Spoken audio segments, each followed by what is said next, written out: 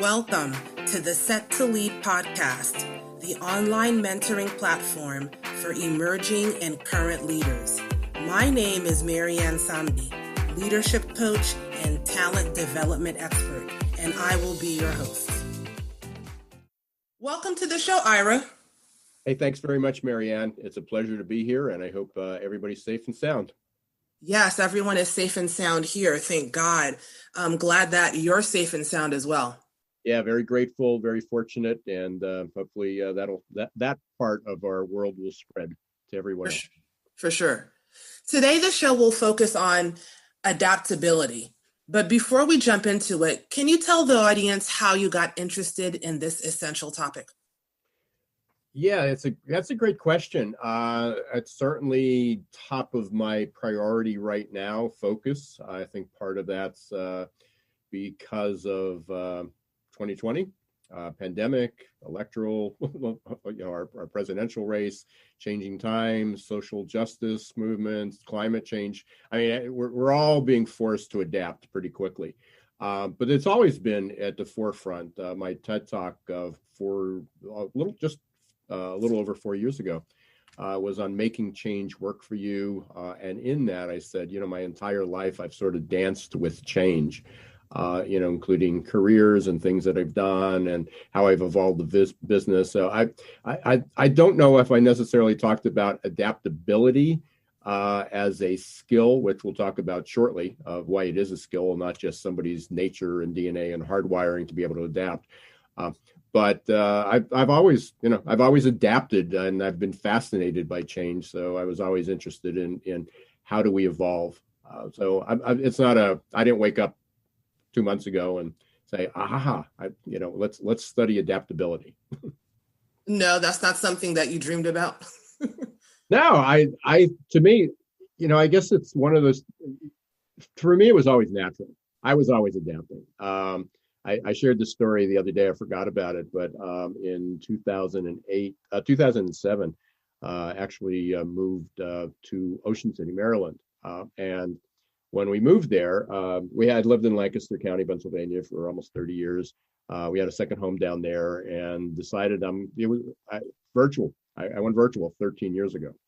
And it was on a test where you're going to see if we can do it. And we did it, and we shut down all our offices and moved.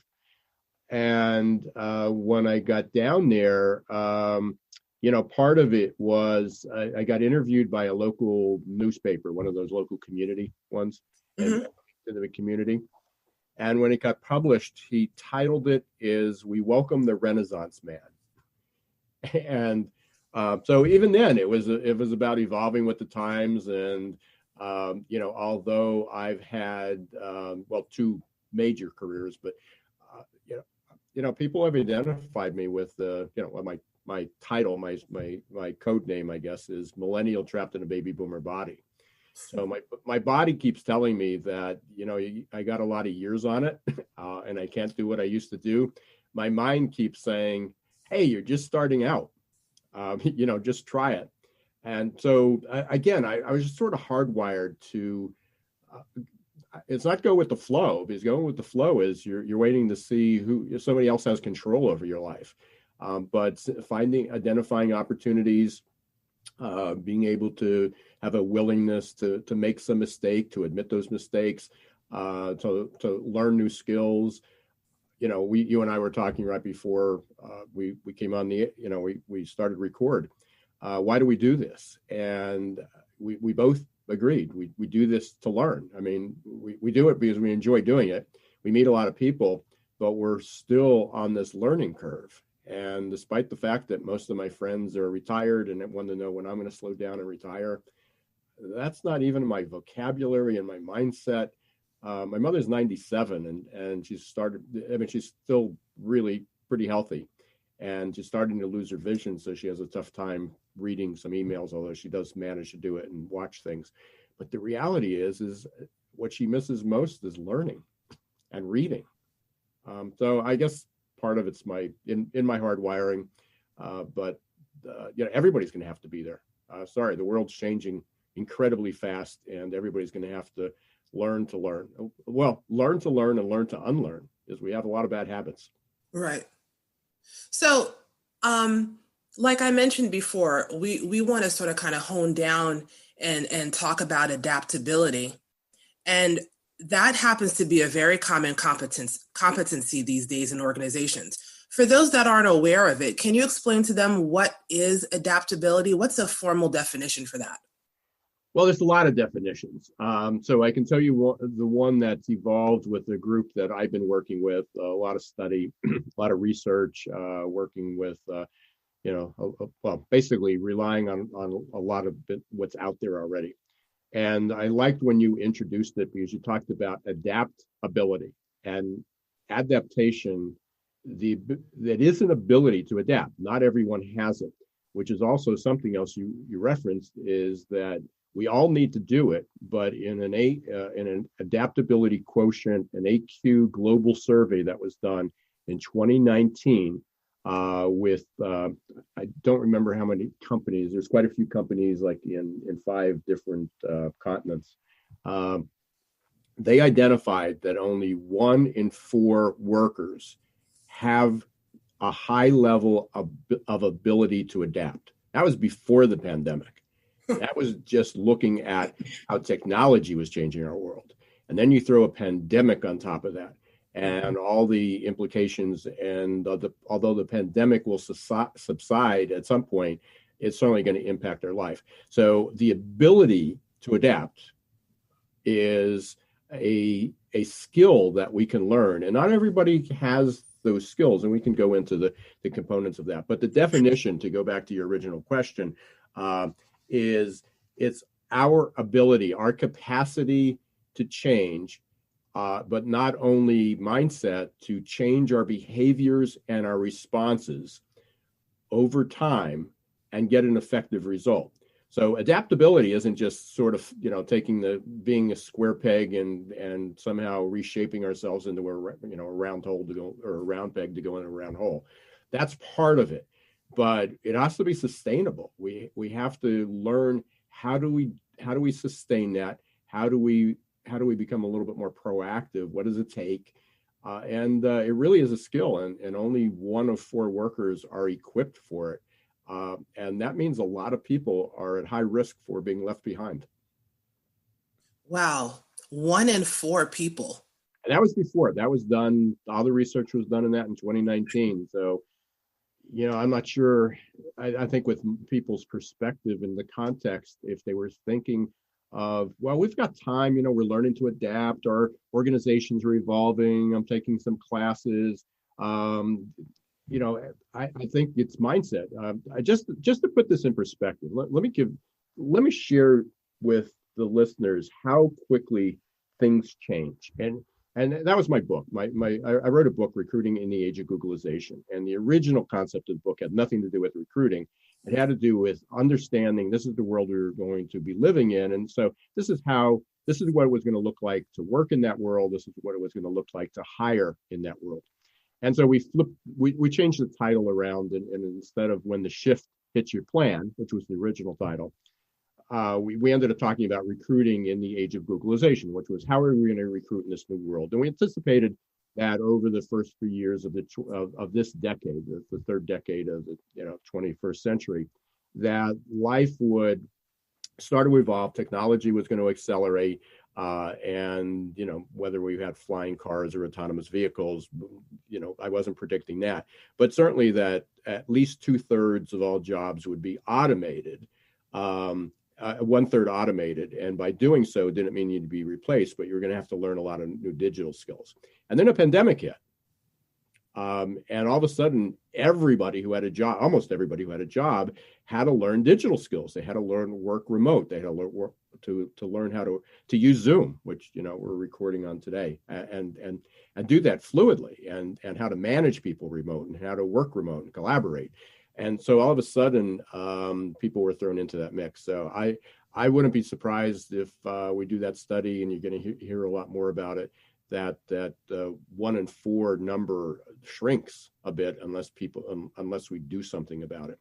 And but the guts of it is there are people that can adapt to a new situation but can they do it, sustain it? And one of my favorite questions that I've been asking lately is, what if 2020 is the new normal?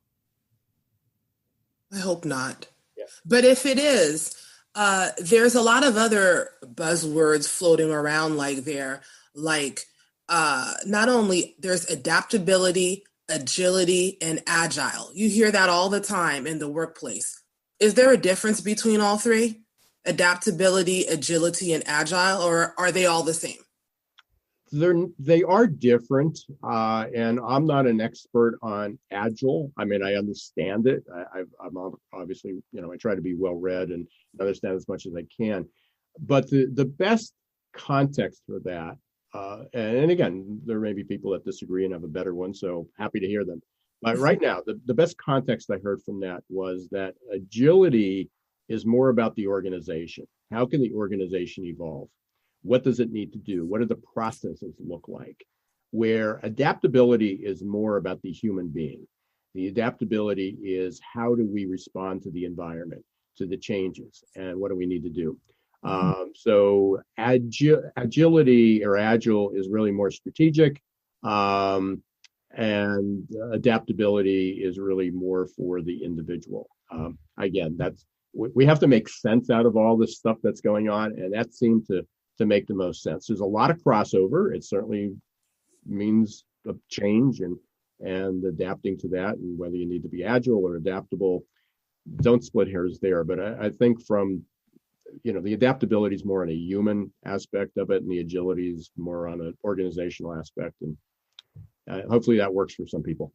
But it's a great question, and you'll probably hear a lot more about that. Thanks for that. I think we needed to make that differentiator because agile is heard a lot these days.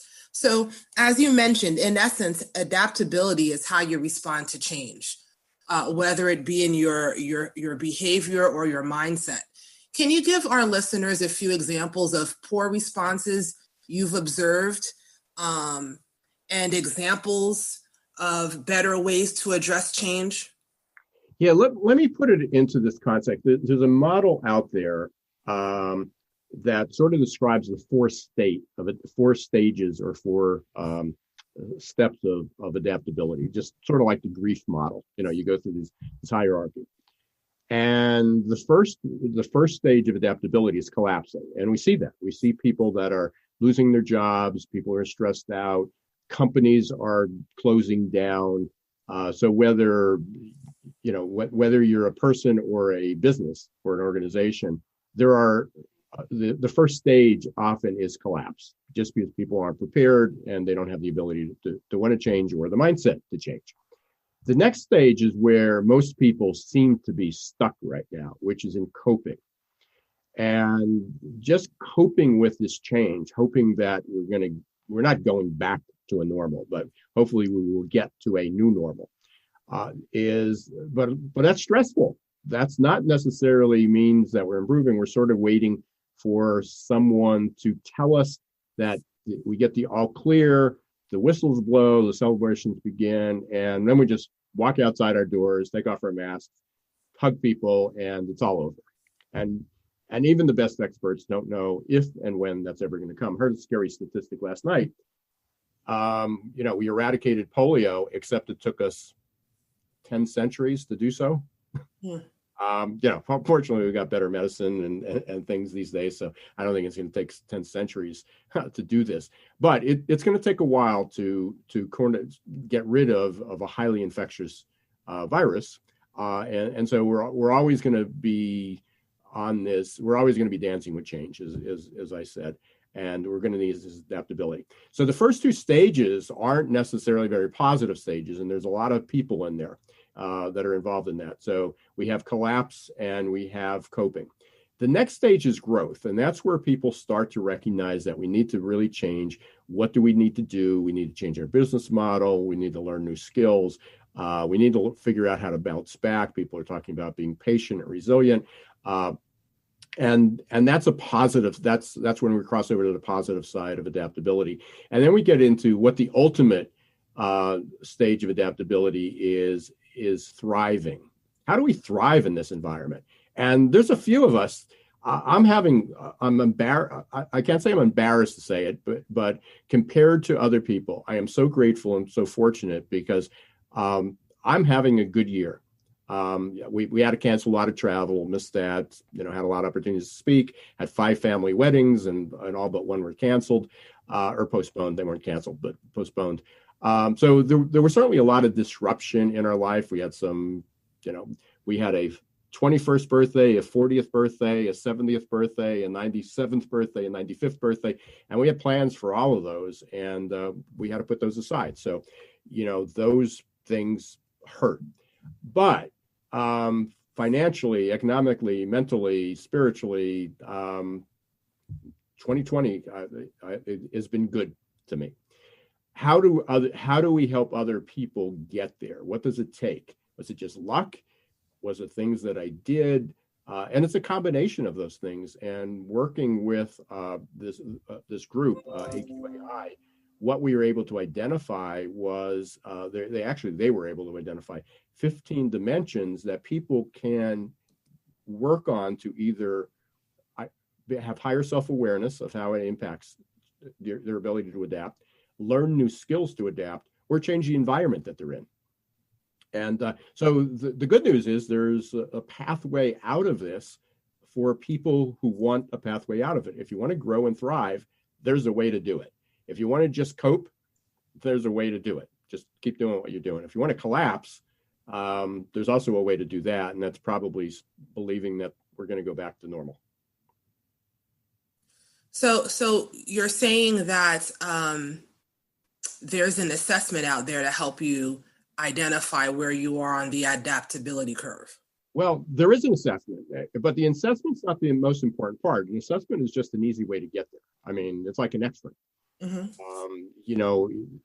Sometimes it's obvious that you have a problem and you don't need to take the X-ray. The X-ray is to confirm it. It just helps localize it and gives you a benchmark.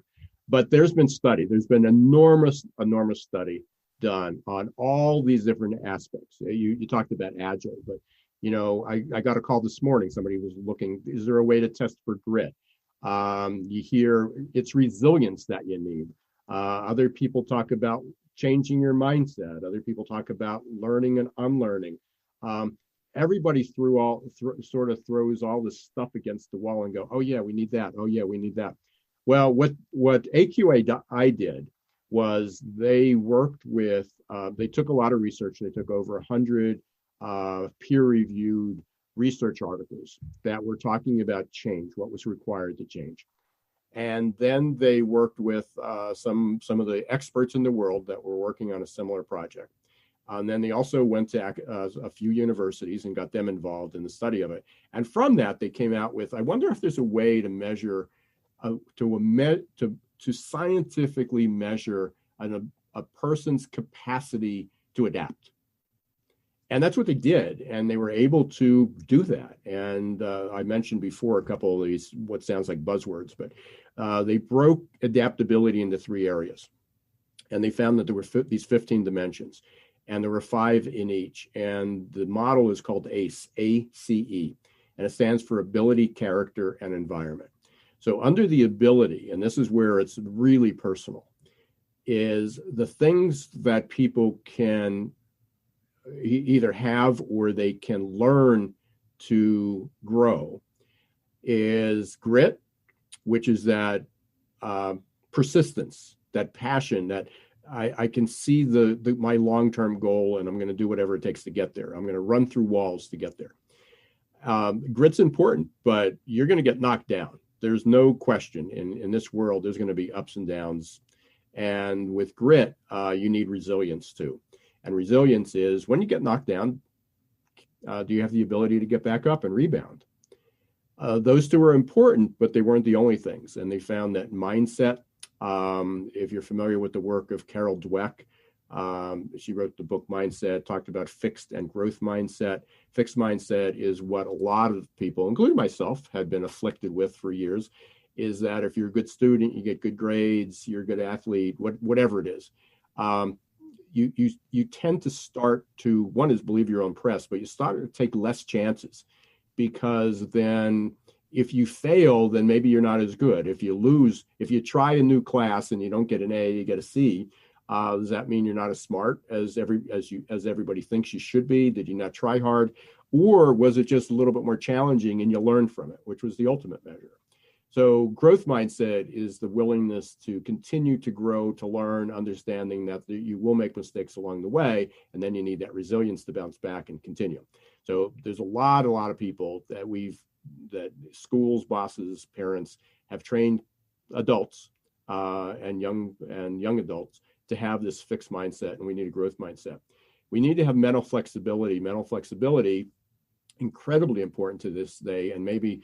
And this is certainly one of those areas that we can see how people are failing, is that it's the ability to hold two opposing, different, contradictory thoughts in your head at the same time.